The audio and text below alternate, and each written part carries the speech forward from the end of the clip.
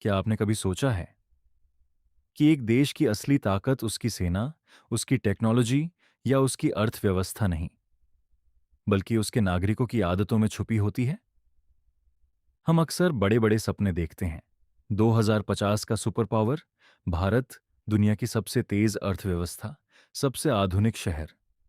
लेकिन क्या हमने कभी सोचा कि उस भविष्य की शुरुआत कहाँ से होगी? वह शुरुआत होगी हमसे, हमारी रोज की छोटी-छोटी आदतों से। सड़क पर कचरा फेंकना, ट्रैफिक नियम तोड़ना, सार्वजनिक संपत्ति को नुकसान पहुंचाना, लाइन तोड़कर आगे बढ़ जाना, ये छोटी गलतियां लग सकती हैं, लेकिन यही आदतें मिलकर देश की छवि बनाती हैं। जब हम कहते हैं कि हमारा शहर गंदा है, तो हमें यह भी पूछना चाहिए कि उसे गंदा किसने किया। जब हम कहते हैं कि लोग नियम नहीं मानते, तो हमें यह भी देखना चाहिए कि क्या हम खुद नियमों का पालन करते हैं। कल्पना कीजिए एक ऐसे भारत की जहां हर व्यक्ति अपनी जिम्मेदारी समझता हो, जहां सड़क पर कोई कचरा नहीं फेंकता, बल्कि जरूरत पड़े तो दूसरे को भी समझाता है, जहां ट्रैफिक सिग्नल सिर्फ डर से नहीं, बल्कि समझदारी से माने जाते हैं, जहां लोग सार्वजनिक जगहों को अपने घर की तरह साफ रखते हैं। ऐसा भारत सिर्फ सरकार के नियमों से नहीं बनेगा, बल्कि नागरिकों की सोच से बनेगा। सिविक सेंस का मतलब सिर्फ साफ सफाई नहीं है, इसका मतलब है दूसरों की सुविधा का ध्यान रखना, तेज हॉर्न न बजाना, बुजुर्गों को रास्ता देना, लाइन में अपनी बारी का इंतजार करना, पेड़ लगाना, पानी बचाना, ये सब उसी संस्कृति का हिस्सा हैं।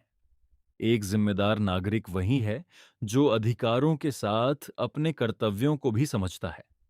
सोचिए, अगर 140 करोड़ लोग रोज सिर्फ एक अच्छी आदत अपनाएं, तो देश कितनी तेजी से बदल सकता है। एक व्यक्ति कचरा न फेंके, दूसरा ट्रैफिक नियम माने, तीसरा किसी को जागरूक करे, धीरे धीरे यही छोटी आदतें एक बड़ी क्रांति बन सकती हैं। और जब दुनिया 2050 में भारत को देखेगी, तो उसे सिर्फ ऊंची इमारतें और तेज ट्रेनें नहीं दिखेंगी। उसे दिखेगा एक अनुशासित, जागरूक और जिम्मेदार समाज। असली विकास वही है जो सड़कों पर दिखे, लोगों के व्यवहार में दिखे और रोजमर्रा की जिंदगी में महसूस हो। सिविक सेंस कोई किताब का अध्याय नहीं है, यह हमारे चरित्र का आईना है। अगर हम बदलेंगे, तो हमारा शहर बदलेगा। शहर बदलेगा तो देश बदलेगा। तो सवाल यह नहीं है कि भारत 2050 तक कैसा बनेगा। सवाल यह है कि हम आज से कैसे बनेंगे, क्योंकि भविष्य अचानक नहीं आता, वह हमारी आज की आदतों से बनता है। भारत का भविष्य हमारे हाथ में है और बदलाव की शुरुआत अभी इसी पल से हो सकती है।